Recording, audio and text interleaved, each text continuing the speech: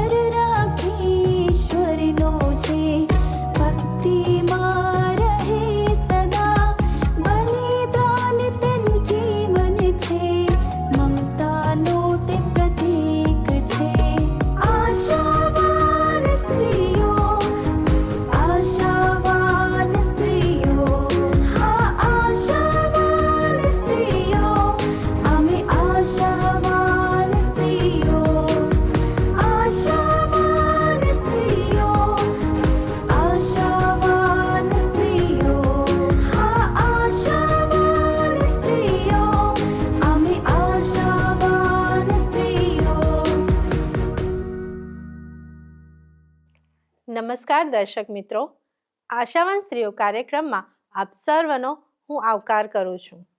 આ પ્રસારણ મારફતે અમે સ્ત્રીઓના સર્વાંગી વિકાસમાં મદદરૂપ બનવાનો પ્રયાસ કરી રહ્યા છીએ. આપના પ્રતિભાવો દ્વારા અમે જાણી શકીએ છીએ કે આ કાર્યક્રમમાં આપવામાં આવતું વિવિધ વિષયોનું શિક્ષણ આપને માટે લાભદાયી બની રહ્યું છે. તે માટે અમે ઈશ્વરનો આભાર માનીએ છીએ. સલામ મિત્ર, આજના કાર્યક્રમમાં આપણે શીખીશું કે ઈશ્વર આપણને જે સમય અથવા સંજોગોમાંથી પસાર કરે છે તેને કેવી રીતે સમજી શકાય. આ બહુ અગત્યનો વિષય છે, કારણ કે જ્યારે આપણા જીવન અથવા વિશ્વાસમાં બદલાવ આવે છે ત્યારે સ્ત્રીઓ તરીકે આપણે તરત જ એવી ધારણા કરી લઈએ છીએ કે આપણી સાથે કંઈક ખોટું થઈ રહ્યું છે. હા, આવી ધારણા પ્રત્યે આપણો પ્રતિભાવ કેવો હોય છે તે અગત્યની બાબત છે. ઈશ્વર આ બાબતમાં શું કરી રહ્યા છે તે પૂછવાને બદલે તેઓ પોતાના વિશ્વાસ, આધીનતા અને આત્મિક પરિપક્વતા તરફ પ્રશ્ન કરે છે. મિત્ર, આ બાબત સામાન્ય છે. ઘણા લોકો એવી આશા રાખે છે કે તેમની આત્મિક વૃદ્ધિ થતી રહે. આપણે એવું માની લઈએ છીએ કે જો ઈશ્વર સક્રિય છે તો બધી બાબતો સ્પષ્ટ હોવી જોઈએ. બાઇબલ આપણી લાગણીઓની સુસંગતતા વિશે ખાતરી આપતું નથી, પણ તેને બદલે બાઇબલ આપણને બદલાવ, ચળવળ, રાહ જોવી, શાંત રહેવું, નુકસાન કે નવીનીકરણ વિશે પ્રામાણિક રીતે વાત કરે છે. સભા શિક્ષક 3:1 લખ્યું છે, પૃથ્વી ઉપર દરેક બાબતને માટે ઋતુ અને દરેક પ્રયોજનને માટે વખત હોય છે. આ વચન જણાવે છે કે બદલાવ અથવા વિવિધ સમય તે કોઈ અકસ્માત નથી, તે તો ઈશ્વર માનવ જીવનમાં જે રીતે કાર્ય કરે છે તેનો એક ભાગ છે. મારી બહેનો, હું તમને શરૂઆતથી એક બાબત સ્પષ્ટ કહેવા માંગુ છું કે મુશ્કેલ સમયમાં હોવું તેનો અર્થ એવો નથી કે તમે આત્મિક રીતે નિષ્ફળ ગયા છો. શાંત સમયમાં હોવું તેનો અર્થ એવો નથી કે ઈશ્વરે કામ કરવાનું બંધ કરી દીધું છે. અને સમૃદ્ધ સમયમાં હોવું તેનો અર્થ એવો પણ નથી કે તમે આત્મિક રીતે બહુ શ્રેષ્ઠ છો. પ્રિય બહેનો, આજે આપણે શીખીશું કે પવિત્ર બાઇબલ સમયને કેવી રીતે જુએ છે, જેથી આપણે બીક, મૂંઝવણ કે ગુનાની લાગણી વગર વિશ્વાસથી જીવન જીવી શકીએ. જો ઈશ્વરના વચન પ્રમાણે આપણે સમયને સમજીશું તો આપણો વિશ્વાસ ડગશે નહીં, પણ ઈશ્વર પરના વિશ્વાસમાં, આધીનતામાં અને ઈશ્વર પર આધાર રાખવામાં વધારે દ્રઢ બનીશું. મિત્રો, એક બાબત સત્ય છે કે જ્યારે સમય બદલાય છે ત્યારે ઈશ્વર ગેરહાજર હોતા નથી. તે તમને બધું સરખું કરી દેવાનું કહેતા નથી, પણ તમે જ્યાં છો ત્યાં ઈશ્વરને વિશ્વાસુ રહેવા અને ઈશ્વર પર ભરોસો રાખવાનું તે તમને કહે છે. આપણે આગળ વધીએ તે પહેલાં આ પાયાની વાત આપણે સમજવી જરૂરી છે. યાદ રાખો બહેનો, કોઈ પણ સમય આકસ્મિક નથી, તે તમારા જીવનમાં અવરોધરૂપ નથી. ઈશ્વરે અંકુશ ગુમાવી દીધો છે અથવા ઈશ્વર પાછા હટી ગયા છે તેની નિશાની પણ તે નથી. ઈશ્વરનું વચન શીખવે છે કે દરેક સમય ઈશ્વરે મુકરર કરેલો છે. સાચી વાત છે. આ વિચાર જ ધારણા કરનાર સ્ત્રીઓને માટે પડકારરૂપ છે. કેટલાક લોકો બદલાવને વિક્ષેપ તરીકે જુએ છે, તેથી વિશ્વાસ રાખવાને બદલે તેઓ ચિંતા કરે છે. કેટલાક લોકો તેને એક ભૂલ તરીકે જુએ છે. તેઓ એવું વિચારે છે કે આ તો મારા આયોજનમાં નહોતું. પવિત્ર શાસ્ત્ર જ્યારે ઈશ્વરના સાર્વભૌમત્વ વિશે વાત કરે છે ત્યારે તેમાં સમયોનો પણ સમાવેશ થાય છે. ઈશ્વર શરૂઆત અને અંત ઉપર, વિકાસ અને વિલંબ ઉપર, સ્પષ્ટતા અને ગૂંચવણ ઉપર અધિકાર ધરાવે છે. ઈશ્વરની જાણ અને પરવાનગી વગર કોઈ પણ બાબત વિશ્વાસીના જીવનમાં પ્રવેશી શકતી નથી. તેનો અર્થ એવો નથી કે દરેક સમય આનંદદાયક હોય છે. બાઇબલ પણ એવું શીખવતું નથી. પણ તેનો અર્થ એવો થાય કે દરેક સમય પાછળ ઈશ્વરનો ચોક્કસ હેતુ હોય છે. ઘણા લોકો એવું વિચારતા હોય છે કે દુઃખના સમયો હોય તે ખોટી બાબત છે. પણ વચન વારંવાર આપણને શીખવે છે કે ઈશ્વર દુઃખના સમયમાં આપણને વિશ્વાસ, નમ્રતા, ધીરજ અને ભરોસો રાખવાના પાઠ શીખવે છે. સાચી વાત છે. જ્યારે ઈશ્વર તેના બાળકોને શિસ્તમાં લાવે છે ત્યારે દરેક દુઃખનો સમય તે શિસ્તનો હોતો નથી, પણ તે સમય તાલીમનો, તૈયારીનો અને શુદ્ધિકરણનો સમય બની જાય છે. બાઇબલ શીખવે છે કે વિશ્વાસી લોકો દરેક પ્રકારના સમયમાંથી પસાર થાય છે. આધીનતા કોઈ પણ વ્યક્તિને રાહ જોવાથી, નુકસાનથી કે મુશ્કેલીથી દૂર કે બાકાત રાખતી નથી. વહાલી બહેનો, જો દરેક સમય ઈશ્વરે નિર્મિત કરેલો છે તો દુઃખનો સમય હોવો તેનો અર્થ એવો નથી કે તમે આત્મિક રીતે નિષ્ફળ ગયા છો. જ્યારે અચાનક જ સમય બદલાય છે ત્યારે આપણે તેનું સરખું કરવાનો અથવા તેનાથી નાસી છૂટવાનો પ્રયત્ન કરીએ છીએ. પણ દરેક સમય ઈશ્વરના હાથમાં છે, તો આપણે તેમના પર ભરોસો રાખવાનો છે, સમયને અંકુશમાં લેવાનો નથી.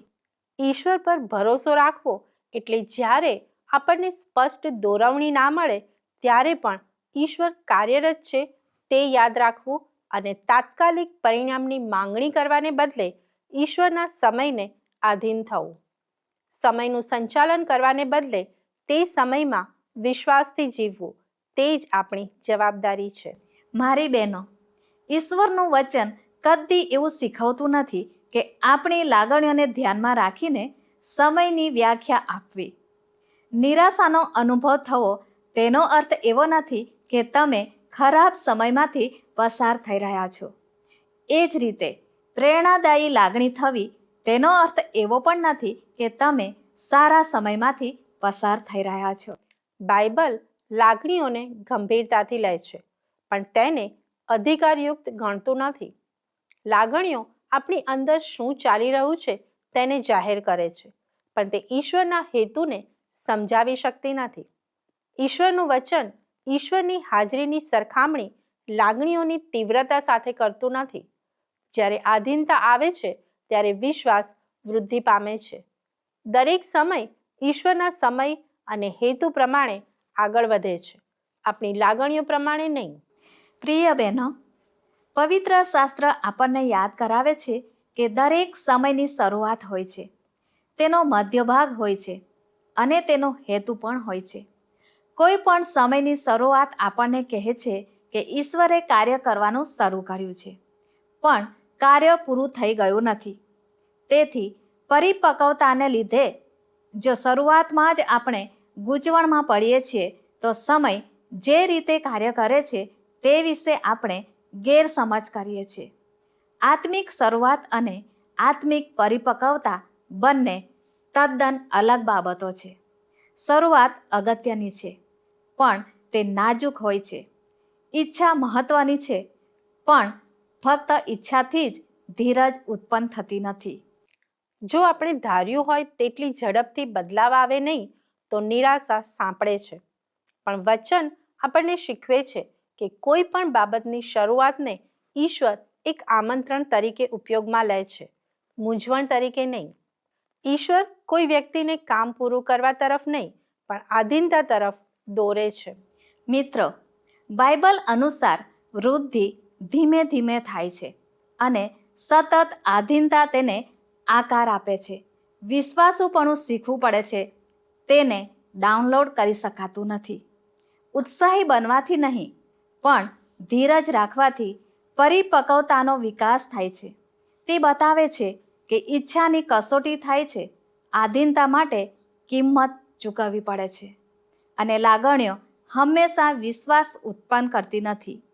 યાકૂબ 1:4 લખ્યું છે, તમે પરિપક્વ તથા સંપૂર્ણ થાવ અને કશામાં અપૂર્ણ રહો નહીં.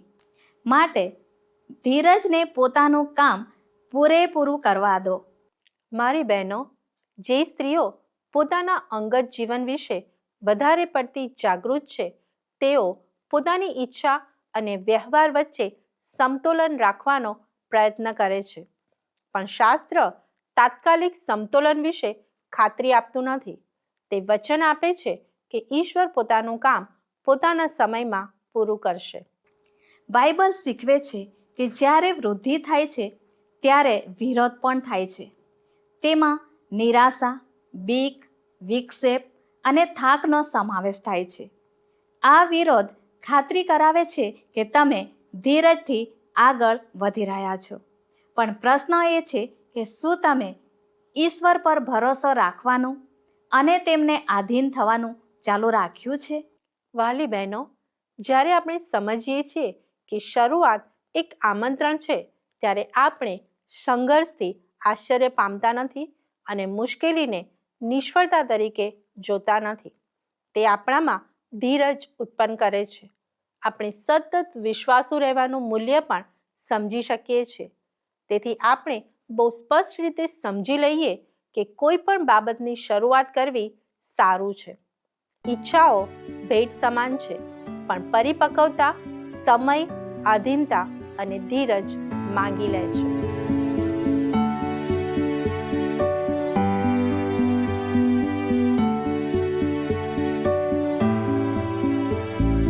પ્રિય બહેનો, હવે આપણે એવા સમય વિશે વાત કરવાના છીએ જેની આપણે ઉજવણી તો કરીએ છીએ, પણ ભાગ્યે જ તે વિશે પરીક્ષા કરીએ છીએ. તે છે ફળદાયી અથવા સમૃદ્ધ હોવાનો સમય. ઘણા લોકો તેને આત્મિક રીતે તંદુરસ્ત હોવાનું માની લે છે. જો તમે ફળ આપો છો તો તમે આત્મિક રીતે વૃદ્ધિ પામી રહ્યા છો એવું નથી. ફળદાયી અથવા સમૃદ્ધ હોવું તે એક ભેટ છે, પણ તે તમારું પ્રમાણપત્ર નથી. ફળવંત સમય તમારી આત્મિક પરિપક્વતાને સાબિત કરતું નથી, પણ તે સાબિત કરે છે કે તે સમયમાં ઈશ્વર તમને વૃદ્ધિ અથવા પરિણામ આપી રહ્યા છે. બાઇબલ વારંવાર ચેતવણી આપે છે કે ફળદાયી સમયની સાથે સાથે જોખમ પણ રહેલા છે. પ્રથમ છે તમારી સમૃદ્ધિ, અસરકારકતા અને સફળતાને લીધે તમે ઈશ્વર પર આધાર રાખવામાં નબળા બની જાઓ છો. આમ સમૃદ્ધિ પણ આત્મિક રીતે દુઃખની જેમ જ જોખમકારક છે. જ્યારે તમે સમૃદ્ધ બનો છો ત્યારે તમે તમારી આવડતો અથવા પરિણામો પર આધાર રાખો છો, ઈશ્વર પર નહીં. તમે ઈશ્વર પર આધાર રાખવાની બાબતને ભૂલી જાઓ છો અને તમને તેની ખબર પણ પડતી નથી. સાચી વાત છે. સફળતા અથવા સમૃદ્ધિને લીધે આપણે ધીમે ધીમે ઈશ્વરથી દૂર થતા જઈએ છીએ.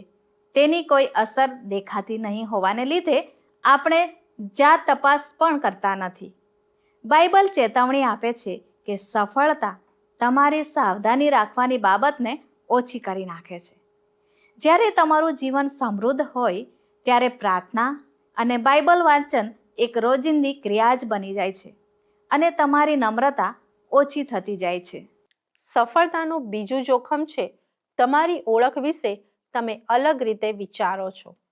તમે ઈશ્વરના માટે કોણ છો તે નહીં, પણ તમે જે કરી રહ્યા છો તેના પર તમે વધારે ધ્યાન આપો છો.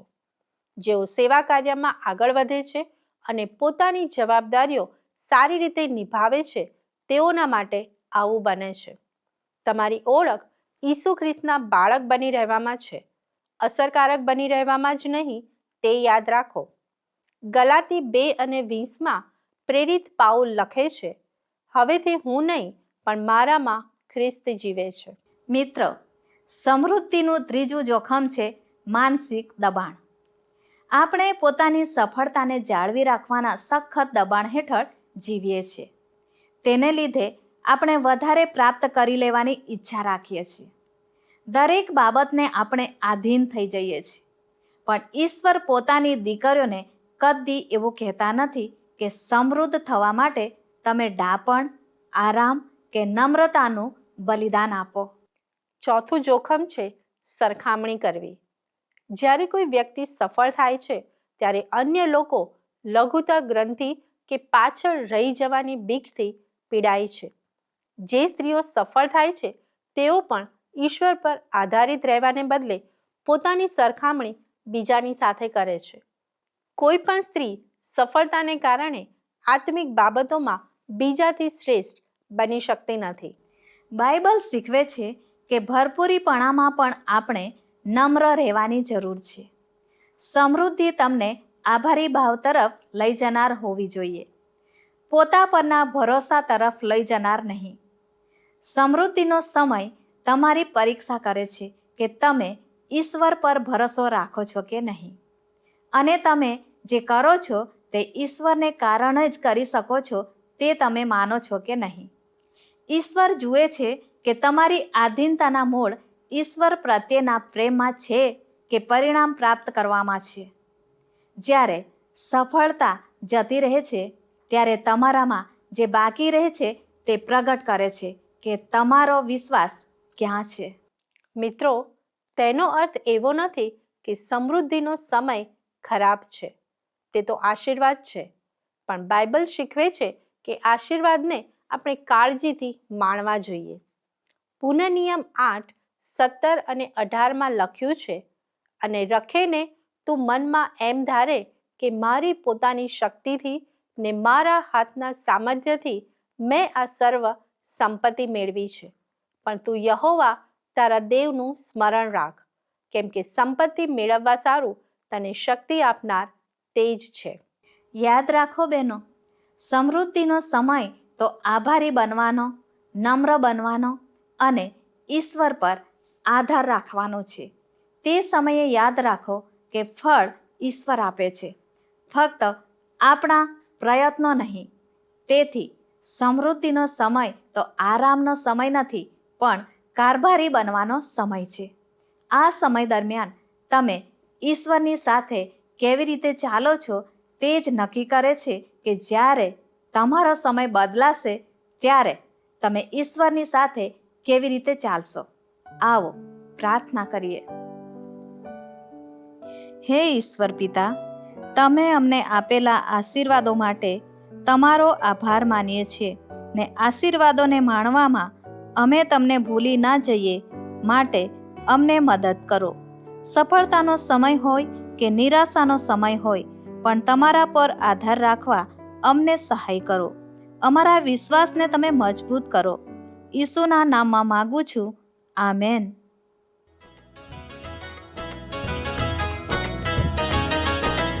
ઈસુ છે મજબૂત ખડકને ઘડ મારો આધાર.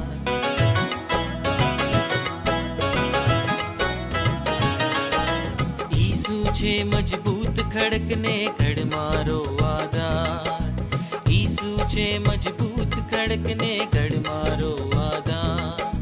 તેની ઉપર બાંધી આપણું જીવન તણું મકાન. તેની ઉપર બાંધી આપણું જીવન તણું મકાન. જીવન તણું મકાન. જીવન તણું મકાન.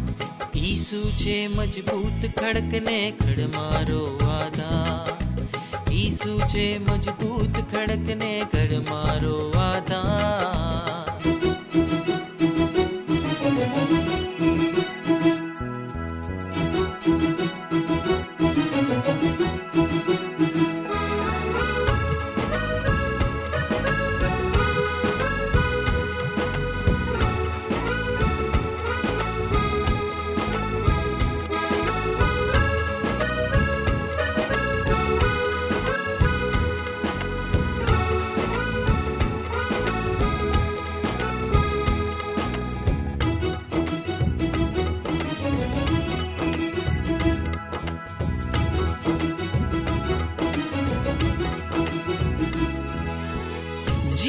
જીવનમાં જંજાળો આવે, તોફાનોને રેલો સાથે. જીવનમાં જંજાળો આવે, તોફાનોને રેલો સાથે. આ જીવનને તોડવા કાજે, નાશની રાહે દોરવા કાજે. આ જીવનને તોડવા કાજે, નાશની રાહે દોરવા કાજે. ભરમાવે શૈતાન, ભરમાવે શૈતાન. ઈસુ છે મજબૂત ખડકને ગઢ મારો આધાર. ઈસુ છે મજબૂત ખડકને ગઢ મારો આધાર. પ્રિય દર્શકો, આ છે કાર્યક્રમ આશાવાન સ્ત્રીઓ. હમણાં જ આપણે સફળતાના જોખમો વિશે શીખ્યા, પણ જ્યારે આપણા જીવનમાં નુકસાન અથવા નિષ્ફળતા આવે ત્યારે શું કરવું તે પણ બાઇબલ શીખવે છે. આ એવો સમય છે જ્યારે આપણને એવું લાગે છે કે આપણી પાસેથી કશુંક લઈ લેવામાં આવ્યું છે. તેને આપણે પડતીના સમય તરીકે પણ ઓળખીએ છીએ. આપણને એવું લાગે છે કે આપણે વિશ્વાસુ હોવા છતાં ઈશ્વરની કૃપા ગુમાવી દીધી છે. બાઇબલ આવા સમયને પીછેહટનો સમય નહીં, પણ ઈશ્વર આપણને આકાર આપે છે એવા સમય તરીકે ઓળખાવે છે. સારો સમય પૂરો થાય એનો અર્થ એવો નથી કે હવે વિકાસ નહીં થાય. આપણે તેને એવી રીતે જોઈએ છીએ કારણ કે આપણી પાસે વધારે હોય તેને જ વૃદ્ધિ કહેવાય એવું આપણે માનીએ છીએ. પણ ફક્ત વધારો થવાથી સમય બદલાતો નથી. કેટલીક વાર પીછેહટ દ્વારા પણ ઈશ્વર આપણને આગળ વધારે છે. કેટલીક વાર કંઈક મેળવવા માટે કંઈક જતું પણ કરવું પડે છે. મિત્રો, પીછેહટ થાય ત્યારે દુઃખ પ્રવેશ કરે છે. નુકસાન દુઃખ, નિરાશા અને મૂંઝવણ લાવે છે. શાસ્ત્રમાં પણ દુઃખ અને વિલાપને સ્થાન છે. વિશ્વાસ પણ તેનો નકાર કરતો નથી, પણ તે વિશ્વાસ તેને ઈશ્વરની આગળ લઈ જાય છે. બાઇબલમાં એવા પુરુષો અને સ્ત્રીઓના ઉદાહરણ છે જેઓએ ઈશ્વરમાં વિશ્વાસ કરતા હોવા છતાં દુઃખનો અનુભવ કર્યો. દુઃખના સમયમાં જો તમારી જવાબદારીઓ બદલાય તો તમે તમારી ઓળખ પણ ગુમાવી દો છો. પણ યાદ રાખો, તમારી ઓળખ સમય કે જવાબદારી પર આધારિત નથી, પણ તે ઈશ્વરમાં હોવાથી તમારી ઓળખ સલામત છે. રોમન 8 અને 16 જણાવે છે, આપણા આત્માની સાથે પણ પવિત્ર આત્મા પોતે સાક્ષી આપે છે કે આપણે દેવના છોકરા છીએ. મારી બહેનો, આ સત્ય આપણને બદલાવના સમયમાં હિંમત આપે છે. બદલાવ તમારા જીવનને બદલી શકે છે, પણ તમારી યોગ્યતા કે તેડાને બદલી શકતો નથી. પડતી અથવા નુકસાનનો સમય આપણી પરીક્ષા કરે છે કે આપણા મૂળ ઈશ્વરમાં કેટલા ઊંડા છે. તે આપણા જીવનને ધીમું કરી દે છે. એક વખત જે ફળદાયી હતું તે હવે શાંત બની જાય છે. આ શાંતિ તે કોઈ ખાલીપણું નથી, પણ તેનો ઉપયોગ ઈશ્વર આપણી ઈચ્છાઓને અને આધારને આકાર આપવા માટે કરે છે. મિત્રો, પડતીનો સમય તે છોડી દેવાનો સમય નથી. તેનો અર્થ એવો નથી કે ઈશ્વરનું કામ પૂરું થઈ ગયું છે, પણ તેનો અર્થ એ છે કે ઈશ્વર પહેલાં કરતાં જુદી રીતે કામ કરે છે. જ્યારે આપણે આ બાબતને સમજી લઈએ છીએ ત્યારે આપણે નિરાશ થયા વગર દુઃખ સહન કરીએ છીએ અને તાત્કાલિક જવાબની આશા વગર ઈશ્વર પર ભરોસો રાખીએ છીએ. વાલી બહેનો, બાઇબલ એવા સમય વિશે પણ વાત કરે છે જ્યારે આપણને એવું લાગે છે કે ઈશ્વર શાંત થઈ ગયા છે અને આપણે રાહ જોવાનો સમય પણ લાંબો છે. કેટલાક સમયો એવા પણ હોય છે જ્યારે આપણને એવું લાગે છે કે બધું જ અટકી ગયું છે. આપણને એવું લાગે છે કે ઈશ્વર જવાબ આપતા નથી, તેથી રાહ જોવી આપણને ભારે લાગે છે. મારી બહેનો, ઈશ્વર શાંત રહે છે તેનો અર્થ એવો નથી કે તેમણે આપણને છોડી દીધા છે, અને તે રાહ જોવડાવે છે તેનો અર્થ એવો નથી કે તેમણે આપણને નકારી કાઢ્યા છે. ઈશ્વરની હાજરી તે કેટલા ઝડપથી જવાબ આપે છે તેના આધારે માપી શકાય નહીં. આપણે એવું માની લઈએ છીએ કે ઈશ્વર આપણી પાસે જ છે, તે બધું સરખું કરી દેશે, પણ એવું તાત્કાલિક બની જતું નથી. કદાચ ઈશ્વર તે સમયમાં તમને જવાબ આપવાને બદલે તમારામાં ધીરજ, નમ્રતા અને ઈશ્વર પર આધાર રાખવાની બાબતોને ઘડે છે. ઈશ્વર આપણને શિક્ષા કરવા માટે નહીં, પણ આપણા વિશ્વાસને પરિપક્વ બનાવવા માટે આપણને રાહ જોવડાવે છે. યશાયા 30 અને 18 જણાવે છે, કેમ કે યહોવા ન્યાયનો દેવ છે, જેઓ તેની વાટ જુએ છે તે સર્વને ધન્ય છે. મિત્રો, ઈશ્વરની રાહ જોવી તેનો અર્થ પરિણામની માગણી કર્યા વગર આધીનતામાં આગળ વધવું અને કોઈ પરિણામ ના દેખાય તો પણ ઈશ્વરને વિશ્વાસુ રહેવું. આવો વિશ્વાસ ઊંડો વિશ્વાસ કહી શકાય. સાચી વાત છે. જેઓ આવો ઊંડો વિશ્વાસ ધરાવે છે તેઓ પ્રાર્થનામાં અને આધીનતામાં આગળ વધતા જ રહે છે. ઈશ્વર શાંત રહે છે તેનો અર્થ એવો નથી કે તમારી પ્રાર્થના વ્યર્થ ગઈ છે, અને રાહ જોવાનો અર્થ ઈશ્વર દૂર છે એવો નથી. આ તો એવો સમય છે જ્યારે તમારો વિશ્વાસ વધારે મજબૂત થાય છે. પ્રિય બહેનો, પવિત્ર બાઇબલ ઈશ્વરની ઈચ્છાને કોઈ ગુપ્ત બાબત તરીકે રજૂ કરતું નથી. ઈશ્વરની ઈચ્છા પ્રગટ કરવામાં આવી છે, તે ખાનગી નથી. બાઇબલ જણાવે છે કે ઈશ્વરની ઈચ્છા છે કે આપણું પવિત્રીકરણ થાય અને કોઈ પણ સમયમાં આપણે વિશ્વાસ, આધીનતા, પ્રેમ, નમ્રતા અને ઈશ્વર પરના ભરોસામાં અડગ રહીએ. યાદ રાખો મિત્રો, સમય બદલાય છે પણ ઈશ્વરની આજ્ઞા કદી બદલાતી નથી. સારા અને ખરાબ દરેક સમયમાં ઈશ્વરની ઈચ્છા એવી ને એવી જ રહે છે. તેથી ઈશ્વરના વચન પર ભરોસો રાખો અને ઈશ્વરે તમને જ્યાં મૂક્યા છે ત્યાં આધીનતામાં જીવન જીવો. ઈશ્વર દરેક સમયમાં આપણને વિશ્વાસુ રહે છે, તે હંમેશા યાદ રાખો. પ્રિય મિત્રો, અમારો સમય હવે પૂરો થાય છે. આપના પ્રતિભાવો માટે અમારો સંપર્ક કરશો. અમારો ફોન નંબર છે 94 29 37 55 12 9429375512. આ નંબર પર આપ અમને SMS અથવા વોટ્સએપ પણ કરી શકો છો. આવતા સપ્તાહે ફરીથી મળીશું. ધન્યવાદ. શું તમને આ કાર્યક્રમ ગમ્યો? અત્યારે જ અમને મિસ કોલ કરો.